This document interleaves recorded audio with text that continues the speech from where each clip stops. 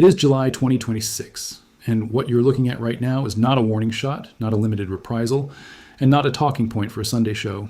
What you are looking at is the United States military doing what it does when it decides an adversary has finally gone too far, answering an attack on its own people with a response so overwhelming, so layered, and so relentlessly executed that the Islamic Revolutionary Guard Corps is going to be studying this week for as long as their command structure survives to study anything.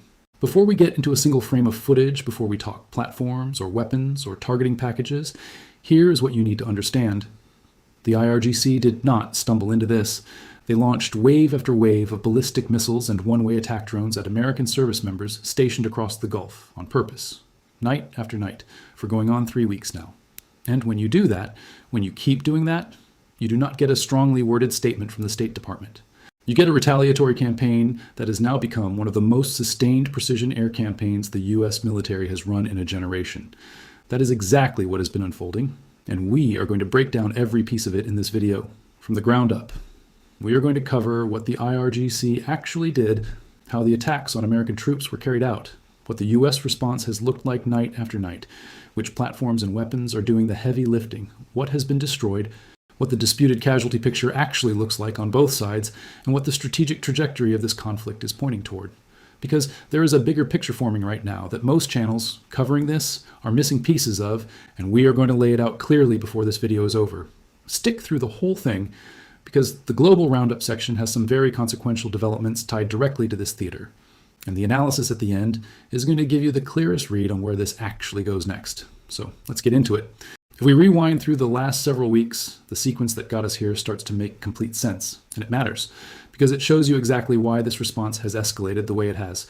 This did not start with a single attack. It started with a ceasefire that collapsed, followed by the Strait of Hormuz being shut down, followed by Iran firing on commercial shipping, it accused of running the blockade without permission. From there, it became a nightly exchange. U.S. strikes on Iranian military infrastructure, IRGC retaliation against American bases in Bahrain, Kuwait, Jordan, Qatar, Iraq, and Syria. Ballistic missiles combined with Shahed family loitering munitions launched from multiple positions to try to overload Patriot batteries and terminal air defense. The same saturation doctrine the IRGC has been building for years, specifically to beat American intercept architecture. And it has worked, partially. While not every interceptor has scored a hit, not every inbound has been stopped, the Pentagon has confirmed American service members killed in these strikes, a small number by comparison to what Tehran is claiming, but confirmed, named, and mourned. Let that sit for a second, because that is the actual human cost underneath everything else in this video. Young men and women who signed up to serve, deployed in one of the most dangerous operating pictures on the planet right now, and did not come home. That is the baseline you need before we talk about the mechanics of the response. Now let's talk about why the IRGC kept escalating, because the why tells you everything about the position they're actually in. For close to 3 weeks, U.S. strikes have been grinding through Iranian military infrastructure on a nightly basis. Coastal defense positions, radar coverage along the Gulf, missile storage sites, drone production and dispersal networks, command and control nodes. Multiple consecutive nights of strikes, described by outlets covering the conflict as the most sustained air campaign since it began, have been steadily degrading the IRGC's ability to see, coordinate, and strike back cleanly. And when a force watches its own infrastructure get dismantled night after night while its senior leadership, including, after the killing of the supreme leader earlier this year, much of the regime's top political and military tier has already been hollowed out, you get exactly the kind of behavior we've been watching. Escalation undressed up as strength. The IRGC has been publicly claiming enormous casualty numbers against American forces, in some statements north of 200 killed, numbers the Pentagon disputes and that independent reporting has not been able to verify. Whether that's genuine battlefield success being inflated for the home audience, or pure information warfare to keep domestic morale from collapsing, the pattern is the same one-cornered forces have run throughout history. When you can't win the exchange on the ground, you win it in the press release. And every one of those press releases has handed Washington more justification to keep doing exactly what it's already been doing, at greater intensity. Let's talk about what the U.S. response has actually looked like, because the composition of this campaign is where it gets genuinely significant from a tactical standpoint. Multiple rounds of strikes have hit Iranian targets across several provinces simultaneously. Command infrastructure, missile storage and production facilities, radar and coastal defense sites, and, according to Iranian statements themselves, energy infrastructure including a power plant on Kish Island. This is not scattered retaliation against whatever target happens to be available. reporting throughout the campaign describes a deliberate effort to trace strikes back toward the specific units, storage sites, and launch infrastructure tied to attacks on American personnel, hitting the network that planned and executed the strikes, not just symbolic targets.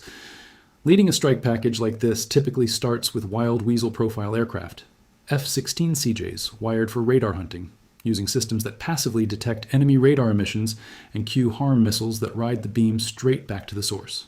Any Iranian air defense operator who lights up a search radar to find the incoming package is making the last operational decision that radar system will ever make.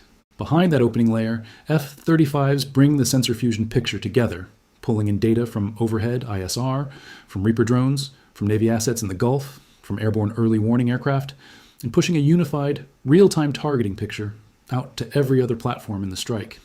That kind of networked, multi-source fusion at operational tempo is something the IRGC simply does not have an answer for. Carrier-based strike aircraft have been running standoff cruise missile strikes that stay outside the engagement envelope of Iran's remaining surface-to-air systems, using terrain masking and low-altitude routing through exactly the kind of mountainous terrain the IRGC has relied on to hide dispersed missile storage. The same geography built to protect them is now the corridor American weapons are using to reach them. And on the highest value underground targets, the campaign has leaned on long-range bombers. B-1s have already been confirmed striking IRGC targets inside Iran, and the GBU-57 massive ordnance penetrator, the weapon purpose-built to reach hardened facilities buried deep under rock and concrete. All remains the tool everyone watching this conflict expects to see used against Iran's last significant intact underground sites, including the deeply buried enrichment complex that has not yet been struck. That weapon does not exist to make a political point. It exists to make sure nothing survives underneath it. Let's slow down for a second and talk about what target actually means in a campaign like this, because it's easy to hear strike package and picture something abstract. It's not abstract. Every mission in this campaign has a target folder behind it. Imagery, signals intelligence, human intelligence where it exists, pattern of life analysis on the facility, and a legal and operational sign-off before a single weapon leaves the rail. That is why this campaign has been running night after night, instead of one massive single strike followed by silence. You do not roll up an entire military-industrial network in one pass. You degrade the outer layer first, the radar coverage, the early warning, the point defenses, and then you work inward toward the harder targets, the storage bunkers, the production lines, the command nodes, night after night, until the adversary has nothing left to defend with and nowhere left to hide what remains. That is the shape of what has been happening across multiple Iranian provinces for close to 3 weeks now, and it is why outside analysts have described this as one of the most sustained precision air campaigns in recent memory. Not a single dramatic night that ends the war by itself. There's also a piece of this campaign that represents a real evolution in how these strikes are being run. Reporting throughout the conflict has described a compressed targeting cycle, mobile Iranian launch systems, command vehicles, and radar assets attempting to disperse the moment a strike package is detected inbound. A survival tactic that has worked for adversaries facing the US military for decades. But when ISR coverage, satellite tasking, and drone-fed targeting data are being fused and redistributed in near real time across the strike package, that mobility window keeps shrinking. Multiple mobile assets have reportedly been caught and struck while actively relocating during this campaign, positively identified, tracked, and hit before they could reach a new hide position. That is not something that was reliably possible even a few years ago. And it is a big part of why Iran's ballistic missile inventory, estimated by outside analysts in the low thousands before this round of fighting began, has been steadily eaten into strike after strike. Now we have to do the honest accounting, because this only means something if it's accurate about both sides. Iran's coastal defense grid is degraded. Its radar coverage along the Gulf has visible gaps. Its missile storage and drone production infrastructure has taken repeated hits. Its senior political and military leadership has suffered catastrophic losses this year, up to and including the supreme leader himself.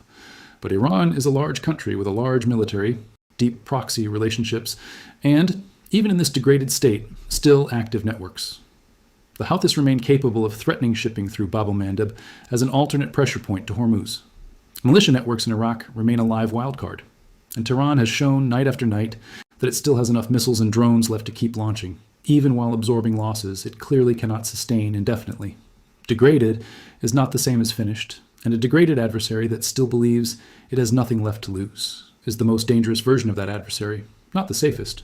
You also have to factor in the information war running parallel to the shooting war, because it is shaping how this whole conflict is being perceived on both sides.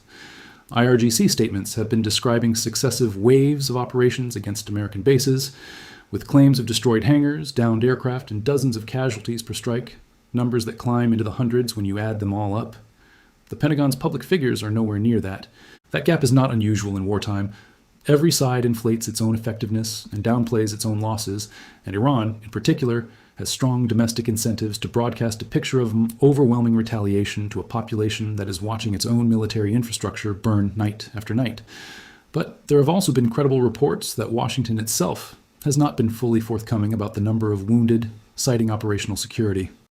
So neither government's numbers should be taken at face value right now, and that is exactly why independent verification, whenever it eventually comes, is going to matter more than either side's press releases. You've made it to the global roundup, and there are several developments this week worth connecting back to the main theater. Regional partners have moved with real weight. Saudi Arabia has continued operations against Houthi infrastructure in Yemen tied to threats against Gulf shipping lanes, a direct extension of the pressure campaign against Iran's remaining proxy leverage. Reporting has also tracked Gulf state condemnations, piling up against Iranian strikes on civilian and commercial infrastructure, with Kuwaiti, Jordanian, Qatari, Emirati, Saudi, and other regional foreign ministries all issuing statements in recent days. Separately, there has been persistent reporting, some of it from U.S. media citing anonymous officials, that Iranian forces have proven more adept at evading American air defenses than expected, and that the Pentagon has been withholding the full scope of American casualties and injuries from public briefings, citing operational security concerns about giving Iran better targeting feedback. Whatever your read on that, it tells you the picture on the ground is messier and more contested than either side's press releases suggest, and it's worth watching closely rather than taking any single source's numbers at face value. On the economic side, the Strait of Hormuz story keeps getting bigger than most coverage is treating it. When Iran shut the strait and started firing warning shots at vessels, it accused of using unauthorized routes. That was not just a regional headline. That was a direct hit on global oil price stability, because roughly a fifth of the world's seaborne oil moves through that choke point. Every time Hormuz gets contested, you see it in energy markets within hours. Combine that with a renewed U.S. naval posture aimed at restricting Iranian oil exports from reaching their primary buyers, and you've got two separate pressure points working on the same target: Iran's ability to actually fund the war it is fighting. Shipping insurers have already started adjusting risk premiums for the region, and that alone tells you how seriously the maritime industry is taking the threat picture right now, regardless of what either government is saying publicly. You've made it to the strategic analysis section, and here's the picture that ties everything together. When the IRGC escalated into direct, repeated attacks on American troops, they were almost certainly running a calculation built on historical precedent that killing Americans generates enough domestic political pressure in Washington to force a pullback, buy time to reconstitute, and eventually drag the U.S. back to a negotiating table on terms Tehran can live with. Every night of continued strikes suggests that calculation has not paid off the way Iran hoped. The American response doctrine in this conflict has been explicit and asymmetric, strikes that do not scale down to match the size of the original attack, hitting production, storage, and command infrastructure that takes far longer to rebuild than a missile takes to fire. That exchange ratio, sustained over weeks, is not one Iran's military-industrial base can keep up with indefinitely. Layer on top of that the IRGC's economic footprint inside Iran, the construction conglomerates, energy distribution, telecom, and import-export networks that fund the organization and its influence, and you start to see a second front opening. A naval presence disrupting Iranian oil movement through Hormuz, sanctions enforcement tightening, and sustained military losses are all pulling at the same thread, the economic base that funds everything else the IRGC does. And inside Iran itself, the picture is genuinely volatile. The killing of the supreme leader earlier this year, ongoing reports of unrest and government crackdowns, and 40 years of a regime narrative built around IRGC invincibility, all colliding with nightly footage of that same infrastructure burning, that is not a stable combination for any regime to manage indefinitely. None of this means collapse is imminent or guaranteed, but it means the trajectory, night after night, strike after strike, is bending in one direction, and it is not the direction Tehran was betting on when this round of escalation started. There is one more piece of this board worth putting on the table, and it is the part that gets skipped in most of the coverage because it is harder to package into a single headline. Every strike in this campaign is not just a tactical event, it is also a signal, aimed at 3 different audiences at once. It is a signal to the IRGC's remaining command structure that continued attacks on American troops will keep costing them infrastructure they cannot rebuild under fire. It is a signal to the Iranian public that the mythology of an untouchable Revolutionary Guard, the story that has anchored the regime's domestic legitimacy for 4 decades, does not survive contact with a campaign like this. And it is a signal to every other actor watching from the sidelines, in Moscow, in Beijing, in Pyongyang about what the actual cost of testing American red lines in this environment looks like in practice, that third audience matters more than people give it credit for. Because deterrence is not just about the country you're actually fighting. It is about every other calculation being run in every other capital that is currently watching how this plays out. What happens next comes down to a handful of very specific questions playing out right now in Washington and in whatever remains of Iran's command structure. Does the campaign escalate further against Iran's last intact hardened facilities in the days ahead? Or does that option stay in reserve as leverage?